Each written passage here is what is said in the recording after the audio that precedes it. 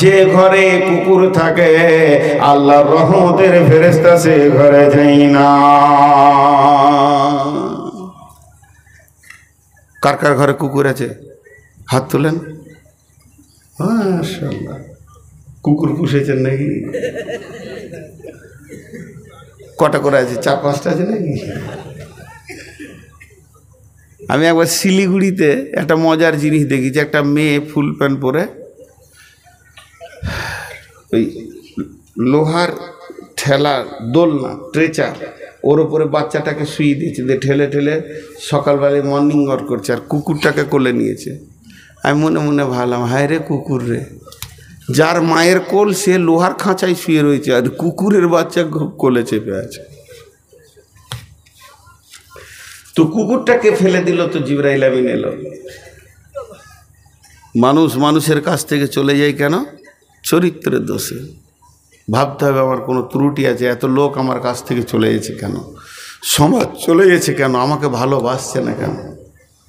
মানুষ যখন মুখ খুলে দেবে তার চরিত্রটা তখনই ভেসে উঠবে। দেখতে সুন্দর, সব কিছু ঠিক আছে, মুখের ভাষাতে মানুষ সরে চলে যাবে, এর নাম হলো চরিত্র।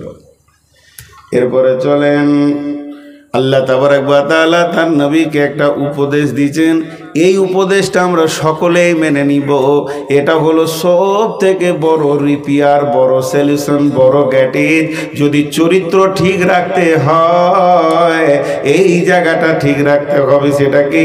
ওয়ালাল আখিরাতু খায়রুল লাকা মিনাল উলা। নবী হে, আপনার আখিরাতটা দুনিয়া থেকে অনেক বেশি দামি। নবী হে, আপনার আখিরাতটা দুনিয়ার থেকে বেশি দামি। ও মা, ওরে আমার বেটি, ওরে আমার খালা, ওরে আমার বোন, একবার শুনেলেন আমাদের নবীকে আল্লাহ যখন বলেছেন, তো এখনকার জন্য আমরা নিজেদের জন্য এটা মনে করে নি, মা ওয়াদ্দাকা রাব্বুকা ওয়া মা ক্বালা ওয়ালাল আখিরাতু খায়রুল লাকা মিনাল উলা। তার মানে আমার আল্লাহ বলছে, হে পাঁচ গ্রাম জলসার মানুষেরা শুনে এলে, তোদের পৃথিবীর পার্থিব মাল থেকে আখিরাত অনেক গুণে ভালো সাজানো আছে। অতএব যখন মানুষ আখিরাত মুখী হয়ে যাবে, অন্তত তার চরিত্রে স্যালুশন আর গ্যাটিজ পড়ে যাবে। আর যারা দুনিয়ামুখী মানুষ হবে, এদের চরিত্র নষ্ট হতেই থাকবে। কারণ দুনিয়ার লস হলেই তখন এদের বিকার ধরবে এবং চরিত্র নষ্ট হবে। আর যখন মানুষ আখিরাতের দিকে লক্ষ্য করে চলবে, আল্লাহর দিকে লক্ষ্য করে চলবে, আখিরাতের লস মেনে নিতে পারবে না, তার চরিত্র কোনোদিন নষ্ট হবে না।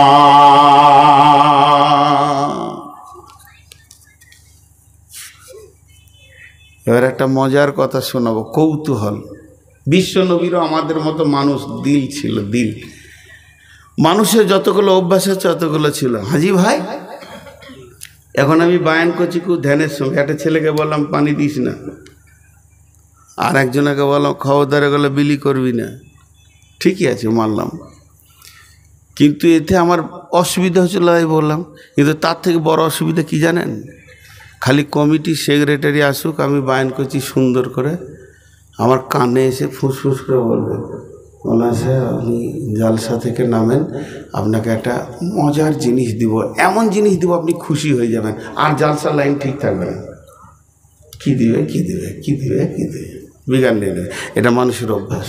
আর এইটাই আল্লাহ তার রসুলকে বলেছিলেন, রে বাবা কই এই ছেলে, শোন, কোট এগোটাকে নিয়ে যা, একটা চেয়ার লে দাও, পেছনে বসবে, যা, যে যাবে দিবি, তুমি ওখানে বসে থাকো বাবা, যাও, দরকার আছে প্রচারের।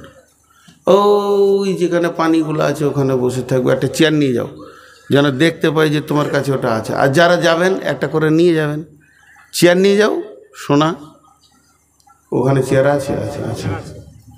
এবার দেখেন আপনারা আমার দিকে খেয়াল করেন, কাকে এত মশা ধরেছে রে? না আমি যাবো মশা কটা মেরে দিয়ে আসবো, স্প্রে করবো? হ্যাঁ, মশার নাম বলাতে পটাশ পটাশ করে মেরিয়ে গেছে। আজীব ব্যাপার। এ খেপা লড়ি দিস না বলে ভাগ্য মনে পড়াইলি, তখন তো এই খালি বাজ পড়েই যেতে পেছনে। আজীব ব্যাপার। আচ্ছা, আপনাদের বিরক্ত লাগছে নাকি?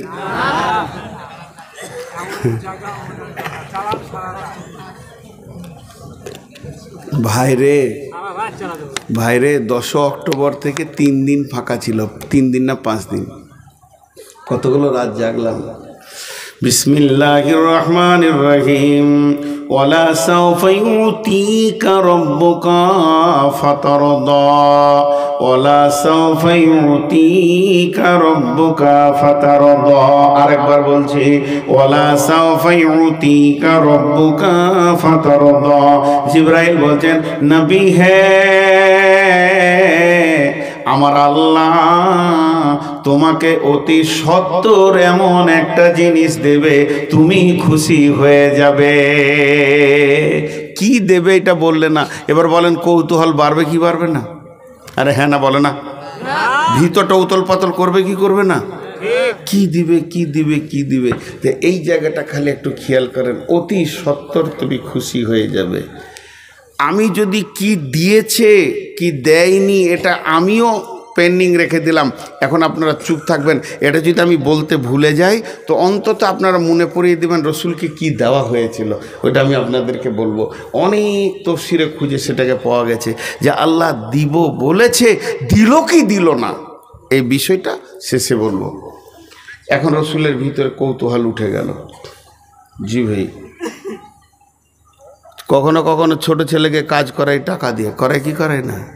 হ্যাঁ, আমার ভাইপো আছে, আমার ভাগনা আছে আমার গ্রামে, তো আমার ভাইপো ভাগনাদেরকে আমি কাজ করাচ্ছি পয়সা দিয়ে। ছোট ছেলে, 10 টাকা দিব, দৌড়বেও। জি, আপনাদের মসজিদের ইমাম আমার ভাগ্নে, নিজের ভাগ্নে। তো ওকে ডেকে বলছি, শোন তো এদিকে আয় তোরে বাপ, আমি জলসায় চলে এসেছি, তুই হাট বাজার কটা করে তোর মামিকে দিবি, 20 টাকা দেবো। ছোট ছেলে, 20 টাকা দিব, 50 টাকা দিব। তো ও তখন মনে মনে বলছে দিবে কি দিবে না, মানে টাকাটা আগে দেখ, হাট হোক আর না হোক। কথাটা বুঝতে পেরেছেন কিনা? ছোট ছেলে হলে যা হয়, তাকিয়ে আছে, এখনো মুখ দিয়ে বলছে না যে টাকাটা আগে দেন, ওর অঙ্গভঙ্গিটা বলছে আগে আমারটা হোক তারপরে যা হবে হবে। তোর মুখ পানে তাকে আমি আইডিয়া করলাম যে খুব গোলমাল হচ্ছে মনে হচ্ছে। তখন ওকে আমি শাসন করছি, কি বলে, তোকে আমি জালসার দিন 100 টাকা দিয়েছি, ঈদের দিন 50 টাকা দিয়েছি, আবার কোরবানির দিন তুই 100 টাকা নিলি, তোর বোনের বিয়ের দিন 50 টাকা দিয়েছি, অমুক দিনে তোকে 20 টাকা দিয়েছি। তখন এটা আর বলছি না, তখন ওর মনটা শান্তি হলো। তা তো মামা যখন এতগুলো দিয়েছে, আজকে ওই কাজটা করে দিলে আমাকে 20-50 টাকা দেবে। মারলো দৌড় ওই কাজটা করতে। তো আমার আল্লাহ যখনই বললেন ওয়ালা সাওফা ইউতিকা রাব্বুকা ফাতারদা, নবী হে তোমাকে অতি সত্বর এমন জিনিস আমি দেব, তুমি রাজি হয়ে যাবে। কিন্তু জিনিসটা কি বলছে না। রসুলের ভিতরে কৌতূহলের জোয়ার ভাটার শুরু হয়ে গেল, কি দেবে কি দেবে কি দেবে কি দেবে। যখনই কোয়া শুরু হয়ে গেল, সঙ্গে সঙ্গে আমার আল্লাহ বুঝে নিয়েছেন যে আমার রসুলের দিলের ভিতরে জোয়ার ভাটা চলছে। এবার আমার আল্লাহ রসুলকে থেট দিতে শুরু করলেন। আলাম ইয়াজিদিকা ইয়াতীমান ফাআওয়া ওয়া ওয়াজাদাকা দাল্লান ফাহাদা ওয়া ওয়াজাদাকা আইলান ফাআগনা। তুমি এতিম ছিলে, আমি তোমাকে জায়গা দিয়েছি, তুমি গোমরা ছিলে, আমি তোমাকে হেদায়েত দিয়েছি, এবং তুমি নিঃস্ব ছিলে, তোমাকে আমি মালে মাল দিয়েছি। 3খানা কথা বললেন, 3খানা কথা বললেন। 1 নম্বরে বললেন আলাম ইয়াজিদকা ইয়াতীমান ফাআওয়া, নবী হে তুমি ভেবে দেখো, তুমি কি এতিম ছিলে না, আমি কি তোমাকে এমন একটা জায়গা দিলাম যেখানে তোমার এতিমের দরদ ব্যথা সব তুমি ভুলে গেছো। শুধু তাই নয়, ওয়াজাদাকা আইলান ফাগনা ওয়াজাদাকা দাল্লান ফাহাদা। হে নবী তুমি গোমরা ছিলে। খুব ভালো করে শুনে নেন, আল্লাহ তাবারাক ওয়া তাআলা তার নবীকে বলছে তুমি যে একদম নবী ছিলে জন্ম থেকে তা নয়, তুমি গোমরা ছিলে, আমি আল্লাহ তোমাকে হেদায়েত হেদায়েত দিয়েছি, আমি আল্লাহ তোমাকে নুরানি রাস্তা দিয়েছি, আমি আল্লাহ দয়া করে তোমাকে নবী বানিয়েছি। এটা কি আমার দেওয়া নয়? এটা কি তুমি আমার কাছ থেকে নগদ পাওনি? ওয়াজাদাকা আইলান ফাগানা, হে আমার নবী, তুমি বিশ্বের বুকে নিঃস্ব অবস্থায় এসেছো, মা নাই বাপ নাই, তুমি এতিম। এখন তোমাকে আমি মালে মালামাল করে দিয়েছি, এখনো কি তোমার মনে সন্দেহ হয় আমি আল্লাহ তোমাকে কিছু দিব না? কি মনে হয়? এখনো কিন্তু আল্লাহ বললেন না যে আমি তোমাকে কি দিব, ধুমকি দিয়ে দিলেন। এতিম ছিলেন, জায়গা দিয়েছি। এখন তিনটে তফসির এখানে বলছে আল্লাহর দান হচ্ছে তিনটে। একটা হচ্ছে আজওয়াজে মুতাহারাত, একটা খাদিজা নিজে একা আজওয়াজে মুতাহারাত, আর আরেকটা হচ্ছে আসহাবে মাজমাইন। জি, এগুলো আল্লাহর দান। এটা একটু তফসির করলে বুঝতে পারবেন। মা বোন, এবার মেয়েদের অনেক কথা আসবে, আপনারা ধ্যান দিয়ে শুনবেন, জেন না হেদায়েতের নূর পাবেন। চরিত্র কাকে বলে দেখেন। বিশ্বনবীকে আল্লাহ বলছেন, হে নবী, তুমি একবার ভেবে দেখো, মাকামে আবুয়ায় যখন তোমার মা মারা যায়, আব্বা তো তুমি মায়ের পেটে তখন মারা গেছে, ওখান থেকে উম্মে আইমান একটা বাঁধি তোমাকে মক্কা মুকাররমায় পৌঁছালো। কিন্তু আবু তালেব সব থেকে কম আযাবে জাহান্নামে থাকবে। আবু তালেব, হে বিশ্বের মুসলমান, আপনারা আবু তালেবকে গালি দিয়েন না, যদিও সে জাহান্নামে যাবে। আবু তালেবের কাছে বিশ্ব মুসলমানদেরকে কৃতজ্ঞতা প্রকাশ করতে হবে। কেন কৃতজ্ঞতা প্রকাশ করবে? সে নিজে বেঈমান, কিন্তু আমাদের নবীকে তিনি মানুষ করেছেন, কত ভালোবাসতেন। আবু তালেবের দুই তিনটে কথা যদি তুলে ধরা যায় তাহলে বোঝা যাবে বিশ্ব নবীকে তিনি কত ভালোবাসতেন। কাবাতে তিনি ঠেস দিয়ে বসে আছেন, আবু তালেবের নিজের সন্তান হযরতে আলী তার জায়গায় বসে আছে। এমন সময় বিশ্ব নবী হেঁটে আসেন, আর নবীজিকে দেখার পর নিজের সন্তানটাকে মাটিতে নামিয়ে দিয়ে এতিম মুহাম্মদকে কোলে বসিয়েছেন। এর নাম হলো আবু তালেব। বিশ্ব নবী খেলার মাঠে গেছেন, শিশুদের সঙ্গে তিনি খেলা করছেন। তিনি শিশুদের সঙ্গে দৌড়ঝাঁপ খেলতে খেলতে সন্ধ্যা হয়ে গেছে। যতগুলি শিশু খেলার মাঠে ছিল তাদের মা আর আব্বা ডাক দিয়েছে, আব্দুর রহমান বাড়ি আয়, আব্দুর রহমান, আবুল কালাম বাড়ি আয়, আব্দুর রহিম বাড়ি আয়। সমস্ত শিশুরা বাড়ি চলে গেছেন, কিন্তু নবী মুহাম্মদ একা দাঁড়িয়ে আছেন। আবু তালেব গিয়ে বলছে, ও বেটা মুহাম্মদ বাড়ি আয় বাবা, সন্ধ্যা হয়ে গেছে। দৌড়ে এসে বিশ্ব নবীর পা ধরে, বিশ্ব নবী আবু তালেবের চাচার পা দুটি জড়িয়ে ধরে বলছেন, কেঁদে ওপর দিকে মুখ করে বলছেন, ও চাচা, আমার যতগুলো সাথী ছিল পৃথিবীর বুকে তাদের আব্বা মা তাদেরকে নিয়ে চলে গেছে। ও বিশ্ব দয়ার নবী, ও আমার চাচা, আপনি বলেন এই পৃথিবীতে কি আমার আব্বা মা বলে কেউ নাই? আবু তালেব কোলে তুলে নিয়ে গালে চুমা দিয়ে বলেছেন, ও বেটা মুহাম্মদ, আল্লাহ আমি আবু তালেবকে তোমার মা বাপ বানিয়েছে। যেদিন বিশ্বনবী রক্তে রঞ্জিত হয়ে তায়েফের ময়দানে বেহুশ হয়ে পড়ে আছেন, সেদিন বিশ্বনবীকে এই কথা বলার মতো কেউ ছিল না, সাহস দেওয়ার মতো। আবু তালেব বলেছিলেন, ও বেটা মুহাম্মদ, তুমি একবার বলো কে তোমাকে মেরেছে, শুধু নামটা বলে দাও, আমি তোমার চাচা কথা দিলাম তার বংশ বুনিয়াদকে আরবের মাটিতে রাখবো না, এখান থেকে উচ্ছেদ করে দিব। আমার এতিম ভাতিজার গায়ে হাত দিয়েছে। তো আমার আল্লাহ বলছেন, হে মুহাম্মদ, তোর তো মা ছিল না, আব্বা ছিল না। আবু তালেবের হৃদয়টাকে, আবু তালেবের দিলটাকে তোর দিকে এরকম কে করে দিয়েছিল? এটা আমার দেওয়া উপহার ছিল। শুধু তাই নয়, হযরত আবু বকর, হযরত উমর, ওসমান আলী, আবু জার, হুযায়ফা, আবু জাবের, জুবাইর, হযরত হানজালা, হযরত তালহা, হযরত আব্দুল্লাহ জুলবাদাজাইন, এই যে এতগুলি সাহাবী আমি তোকে দান করেছিলাম, তারা নিজের হৃদয় থেকে, নিজের জান থেকে তোকে ভালোবাসতো। এটা কি আমার দান নয়? হযরতে আবু তালিব একটা দুটো নয়, হযরতে তালহা রাদিয়াল্লাহু তাআলা আনহু 180টা তীর খেয়েছেন, তারপরে রাসূলের গায়ে তীর লাগতে দেয়নি।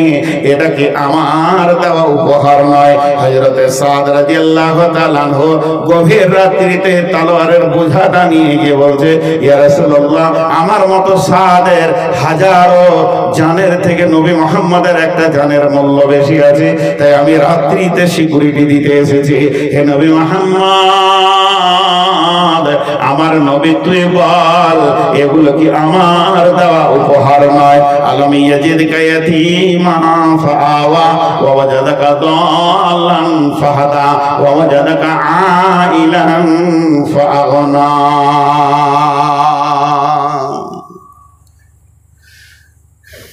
যদি কারো ঘর জোয়ার মনে ইচ্ছা হচ্ছে, আমি নূর মোহাম্মদ বলবো 10টা মিনিট টাইম দেন, দুটি ঘটনা আপনারা শুনে যান।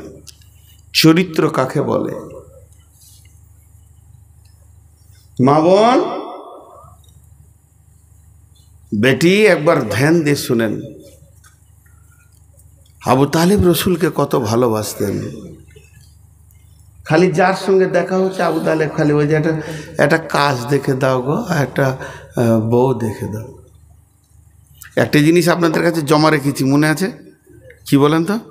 রসুল কি পেয়েছে কি পায়নি সেটা বলবো। আল্লাহ যে দুবো বলেছে মালটা বলবো। এখানটায় যে কি তত্ত্ববহুল কথা আল্লাহ বলেছেন। তো আবু তালিব যার সঙ্গে দেখা হয়, আমাদের যেমন ছেলে মেয়ে একটু বড় হলেই বন্ধু বান্ধবের সঙ্গে দেখা হলে, ভাই একটা মেয়ে দেখে দেন, ভাই একটা ছেলে দেখে দেন, মেয়েটার বিয়ে দিব। ঠিক আবু তালেব যার সঙ্গে দেখা হয়, একটা কাজ টাজ নয় গো, আমার ভাতিজাটাকে মানুষ করলাম কষ্ট করে, একটা কাজ আর একটা মেয়ে হলেই হয়ে যাবে, বাস আমি দায় খালাস, বিয়েটা দিয়ে দিব আর কাজ টাজ করে খাবে, এবার ওর আল্লাহ আর দুনিয়া চালাবে। একজন বলছে কাজ আছে, একটা মহিলার কাছে কাজ আছে। মহিলাটার নাম হচ্ছে খাদিজা, বড় সম্ভ্রান্ত ফ্যামিলির মেয়ে। ওর একটা স্বামী তালাক দিয়েছে, একটা স্বামী মারা গেছে, আর ওর ব্যবসা, ওর মহাজান, ওর কাছ থেকে আরবের অনেক ছেলে ব্যবসা করে, যা লাভ হয় একটা ভাগাভাগি। তো আপনি যেতে পারেন, আপনি যেতে পারেন। আবু তালেব বলছে, এ বেটা মোহাম্মদ রে, চো বেটা, একটা কাজের খবর পেয়েছি, দেখি তোকে কোনো রকম ওখানে কাজে লাগানো যায় কিনা। সিধা খাদিজার বাড়ি গেল। জহুরির মুখে শোনা, বুঝতে পেরেছেন? জহুরির মুখে যদি কেউ সোনা নিয়ে গিয়ে যদি বলে যে ভাই এটা তামাটা দেখো, তো বলবে তামা লয় রে খেপা, সোনা। খাদিজা কে ছিলেন? হাফিজা ছিলেন। কিসের? কোরআনের লাই, তওরাতের হাফিজা ছিলেন এবং তর্জমা তফসির সহ হিফজ ছিল।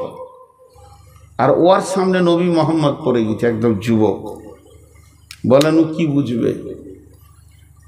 তো তওরাতে পেয়েছে যে একজন নবী আসবে, আখেরি নবী, তার চেহারাটা কেমন হবে, তার চলন কেমন হবে। খাদিজা ওর দিকে খালি তাকিয়ে আছে, এইটাই নাকি রে?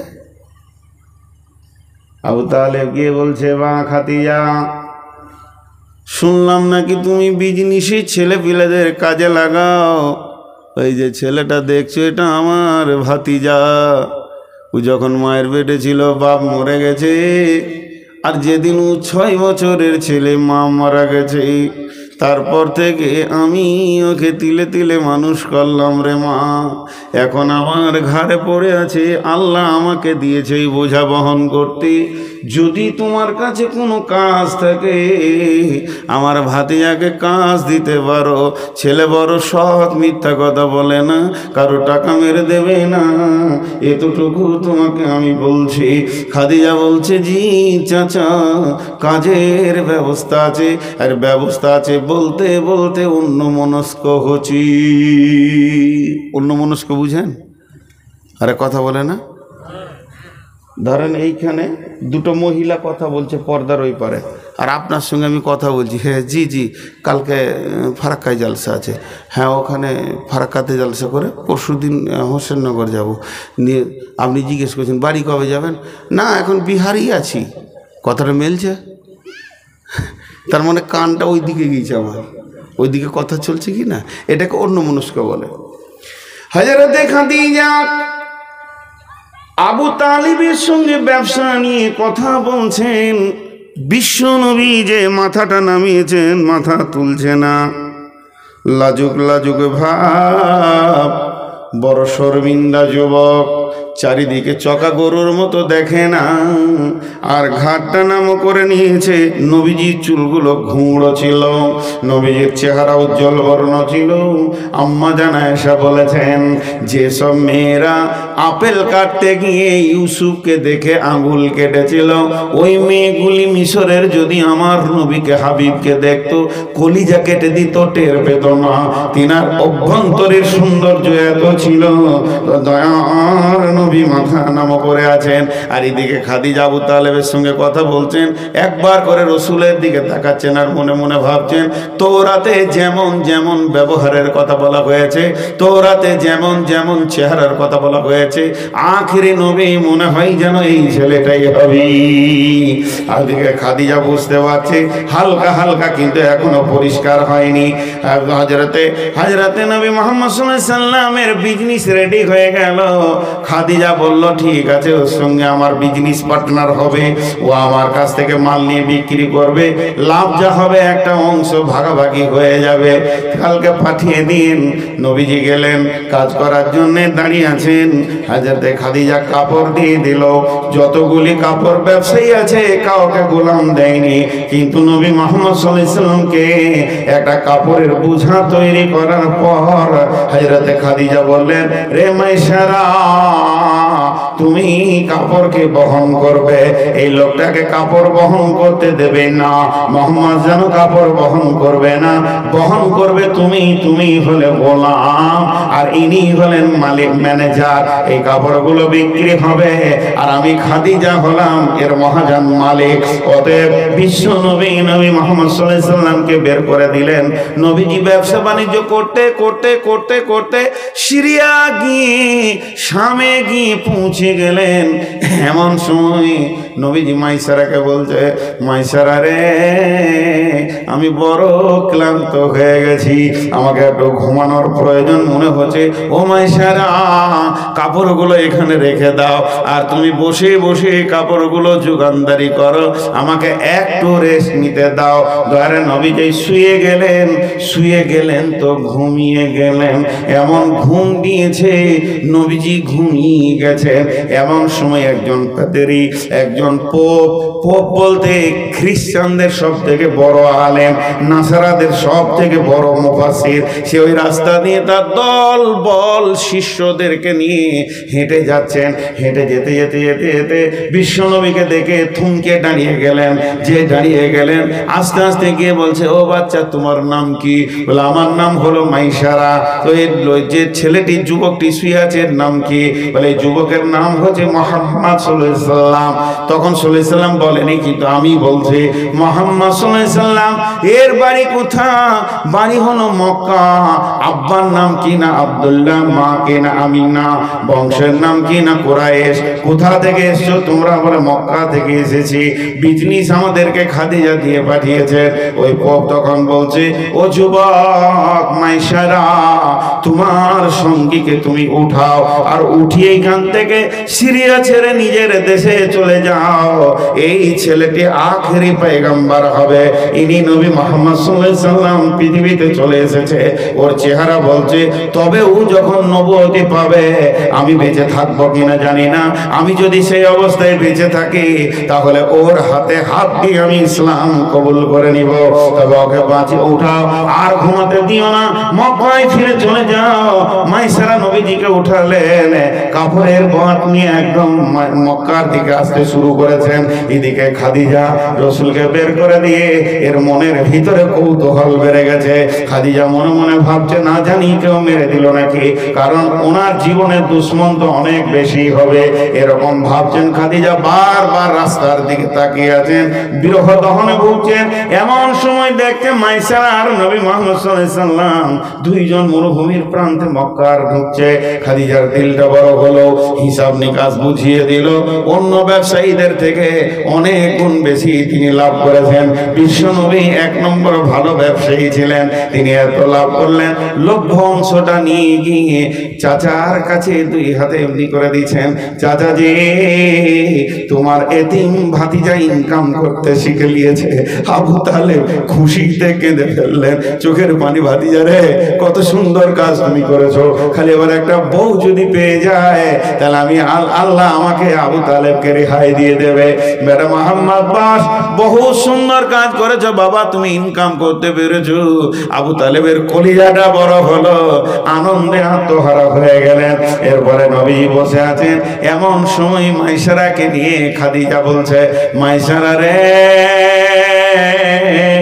যে লোকটার সঙ্গে তোকে আমি পাঠিয়েছিলাম ব্যবসাতে, একটি বার বল লোকটার ব্যাপারে কিছু কথা আমাকে বল, কোন চরিত্রের লোক। মাইসারা তখন, আমি একটা কথা বলেছি বাড়ির কাজের লোক বলে দেবে মানুষ কেমন। তখন মাইসারাকে বলছে, মাইসারা বলছে ও খাদিজা মালিকিন, আমাদের কাজের মালিক, শোনো জীবনে বহু লোক দেখেছি, এত সৎ চরিত্রের দামি লোক জীবনে দেখি নেই। দুই নম্বরে হলো আমি তিনটে কথা বলবো, তিনটে কথা গুনে বলবো, এর মতো দামি লোক আমি জীবনে দেখিনি।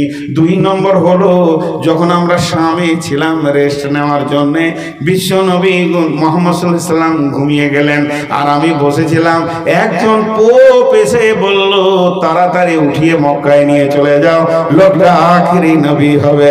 খাদিজার যেটা ডাউট ছিল সেটা ক্লিয়ার হয়ে গেল, সমস্ত কিছু ক্লিয়ার হয়ে এবার সূর্যের আলোর মতো ফোকাস হয়ে গেল। এবার তিন নম্বরটা শোনার জন্য খাদিজার কৌতূহল বেড়ে যাচ্ছে। তখন বলছে মাইসারা লেট করিস না, তিন নম্বরটা বল। তিন নম্বরটা মাইসারা বললেন, ও মালকিন খাদিজা, যতদিন কাপড়ের বোঝা নিয়ে মরুভূমিতে মাঠে ঘাটে ঘুরেছি আমি খেয়াল করে দেখেছি আমাদের দুইজনকে যেন একটা মেঘ সব সময় ছায়া করেছে, কোনোদিন রোদের তাপ আমাদেরকে লাগতে দেয়নি। এই তিনটি কথা বলার সঙ্গে সঙ্গে খাদিজা বুঝে নিলেন আর এখানে কৌতূহল নাই, এখানে সংশয় নাই, সব পরিষ্কার হয়ে গেল, এটা আখেরি পয়গম্বর হবে। তাহলে আমাকে বিয়ে করবে কি কিনা? ওর তো বয়স হলো 25 আর আমি হলাম 40, বিয়ে করবে কি করবে না? না একবার প্রস্তাব দিয়ে দেখি, না প্রস্তাব দিলে মনে হয় প্রত্যাখ্যান হয়ে যাবে, একটা যুবক কি বৃদ্ধাকে বিয়ে করে নাকি? তবে প্রস্তাব দিয়ে দেখা যাক। 5 রকম ভাবতে ভাবতে খাদিজা সম্পর্কে ফুপু কিংবা দাদি নাফিসা নামে একজন মহিলাকে ডেকে বললেন, দাদিজি আমার বিয়ের প্রস্তাবটা নবী মুহাম্মদ সাল্লাল্লাহু আলাইহি সাল্লামের কাছে, তার চাচার কাছে পৌঁছে দাও। নাফিসা গিয়ে বললেন, ও আবু তালেব ছেলে তো ইনকাম করতে শিখেছে, বউ নেবে কে বলো? বলে বউ আবার কে? একটা বউ দেখে দাও, দরকার আছে। ভাতিজা এবার ইনকাম করছে তো বউয়ের তো দরকার আছে। যখন এই কথা বললাম তখন বলছে আমি একটা প্রস্তাব নিয়ে এসেছি খাদিজার তরফ থেকে, স্বয়ং খাদিজা নিজে বিয়ে করতে চেয়েছে। আবু তালেব তো বলছে আর খুশি সহ্য হচ্ছে না, মনে হচ্ছে যেন খুশিতে আনন্দতে চিৎকার হরে কি করে কিছুই তাল পেছি না, এত বড় একটা বড় ঘর থেকে প্রস্তাব এসেছে। তখন আমি মনে মনে ভাবলাম যে আমি এটা একবার ভাতিজাকে জিজ্ঞেস করে নি। বিশ্ব নবীকে ডাকলেন, বেটা মুহাম্মদ হাসবেন না, মেন্টাল রুগী দেখে যদি হাসেন আর না জানি আল্লাহ কালকে আপনাকে ওই কাজটা করাবে, খবরদার না। পাগলকে ভালোবাসলে আল্লাহ ভালোবাসবে, আপনাদের জানা নাই হাদিস, আপনারা আমার দিকে ধ্যান দেন। ও তো ওর কাজ করছে, মেন্টাল রুগী সহ্য হবে। আপনাদের বিরক্ত লাগছে নাকি? এই প্রস্তাব পেয়ে গেল, বিশ্বনবীকে এবার জিজ্ঞেস করবে। যুবক দয়ার নবীকে ডাকলেন, আবু তালেব বেটা মুহাম্মদ সাল্লাল্লাহু আলাইহি সাল্লাম আসলেন, খাটে বসলেন, মাথা নাম করে আছে, কোনোদিন নবীজি মাথা উঁচু করে মুরব্বীদের সামনে বেয়াদবি করতেন না। যেই নবীজি এরকম বসে আছেন, মা আমার, বোন আমার প্রস্তাবটা দিয়ে দিলেন আবু তালেব। আবু তালেব বললেন, বেটা রে, তোর বিয়ের প্রস্তাব এসেছে বাবা, স্বয়ং খাদিজা তোকে বিয়ে করতে চেয়েছে। বিশ্বনবী হ্যাঁ বললেন না, বিশ্বনবী নাও বললেন না। তবে ইতিহাস বলছে বিশ্বনবী একটু মুচকিয়ে হাসলেন। আর যখনই নবীজি মুচকিয়ে হাসলেন, আল্লাহর নবীর চাচা নাফিসাকে বললেন, যাও অমুক তারিখে খাদিজাকে রেডি হতে বলো, কয়েকটা লোক গিয়ে আমি আমার ভাতিজার বিয়ে দিয়ে দেব। দিন প্রস্তাব হয়ে গেল, দিন রেডি হয়ে গেল। দয়ার নবীকে দয়ার নবীকে আবু তালেব নিয়ে গেলেন। নিয়ে গিয়ে খাদিজার সঙ্গে আবু তালেব খুতবা পড়ে বিয়ে পড়িয়ে দিলেন। বিয়ে হয়ে গেল। এতদিন নবীজি ছিলেন কাজের ম্যানেজার, এবার হয়ে গেল বাড়ির লোক, কাজের লোক। মা আমার, বোন আমার। এবার খাদিজা তার সহেলিদেরকে ডাকলেন। ডাকার পরে বললেন, আমাদের একটা বাসর ঘর রেডি করে দাও, আমি নবস্বামীর সঙ্গে আবার নতুন জীবনে বন্ধনে আমি দাম্পত্য জীবনের বন্ধনে এগিয়ে যাব। যখন একটা ঘরকে সুন্দর করে সাজিয়ে দেওয়া হলো, আল্লাহর নবীকে বাড়ির ভিতরে ডাকা হলো। বিশ্বনবী ভিতরে গিয়ে মাথা নামো করে মনকে ভারাক্রান্ত করে বসে আছি। হযরতে খাদিজা আম্মা জান উম্মুল মুমিনিন হাসতে হাসতে রাসূলের সামনে আসছেন। আমার একটা স্বামী তো হারিয়েছি, একজন তালাক দিয়েছি, আবার তৃতীয় নম্বরে পড়েছি, না জানি স্বামীর সঙ্গে কত কৌতূহলের কথা, আনন্দ হবে। এই বলে যখনই ঢুকছেন তো নবীজির চেহারাটা দেখছেন, চল চলো চলো চলো চলো চলো, দুটি চোখে যেন পানি, গালগুলো ভারী, মাথাটা নামো হয়ে আছে। মেয়েরা তো এমনিতেই কথা বেশি বলে। আম্মা জান খাদিজা দুটি কথা বলে ফেললেন, অতিরিক্ত কথা বলতে গিয়ে বেশি বলে ফেললেন। কি বলেন? ও মুহাম্মদ, তুমি হলে 25 বছরের নবযুবক, আর আমি হলাম 40 বছরের বিধবার বুড়ি। তুমি হলে নববর, আর আমি হলাম বিবাহের কন্যা। এর জন্য মনে হয় তুমি আমাকে অন্তর থেকে স্ত্রী বলে মেনে নিতে পারোনি, তারই তোমার মুখে ছাপ হয়েছে। আম্মা জান খাদিজা বলছেন, না না না, ও খাদিজা, এমন কথা বলে তুমি আমাকে কষ্ট দিও না। আমি তোমাকে যে বিয়ে করেছি, তোমাকে আমি স্ত্রীর জায়গায় স্ত্রীর মর্যাদাতেই রেখেছি।